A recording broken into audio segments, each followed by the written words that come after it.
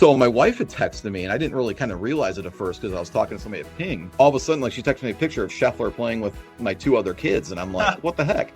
And so, what a core memory that is. I mean, you'll have that forever, but please continue. Yeah, exactly. I mean, it's something just never would. I mean, you think of how cool the environment and how cool the course is and everything, but behind the scenes, you have something like this happen. You never would expect it. So, eventually, once the rain stopped and we were able to make our way to the clubhouse, I didn't tell my oldest son yet what had happened, but because I knew he'd be kind of bummed not to see Scottie or anything. But my wife was like, "Yeah, they sat at a table right after you had left, and my middle child was making their son kind of laugh. He was making some faces, and so Scottie and his wife Meredith like turned around and kind of just we were like chuckling and kind of seeing what he was doing, and it started a conversation with my wife, and my wife talked to him for quite some time. Wow. And turns out as they were talking, Scottie just was laying on the ground as if it was his living room and was playing with 2 of my boys and his son. It was pretty cool just to kind of have that experience. And on Saturday I was kind of getting something out of my locker, and I went to the car, and the lot is right there next to the clubhouse, and he walked out of the fitness trailer and he's like, "Oh, hey," and we took a picture with him.